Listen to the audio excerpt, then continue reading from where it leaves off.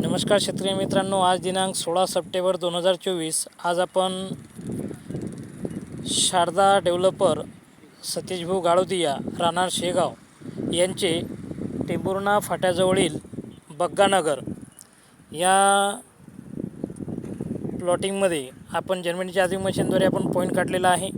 तो आता आपण चेक करून बघणार आहोत। जिथं पाण्याची वाहतूक आहे तिथं आपल्याला मशीन फिरताना दिसेल। मशीन फिरली म्हणजे समजून चालायची पाण्याची वाहतूक सुरू आहे। आपण चुन्यानं आखणी केलेली आहे, बघा मशीन फिरत आहे।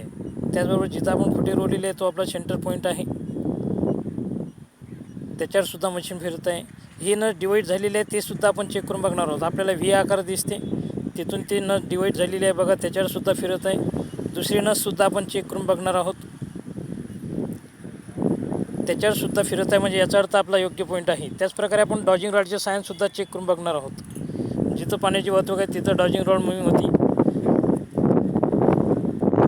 बघा डॉजिंग रॉड मुव्हिंग झालेली आहे, याचा अर्थ पाण्याची वाहतूक सुरू आहे। पारंपरिक पद्धतीने म्हणजे नारळाचे सायन्स सुद्धा आपण चेक करून बघणार आहोत।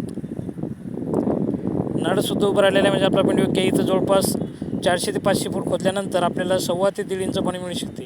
पाण्याच्या पातळीनुसार जमिनीची जी खोली आहे ती कमी जास्त होऊ शकते, त्याचबरोबर पाणीसुद्धा कमी अधिक प्रमाणात मिळू शकते।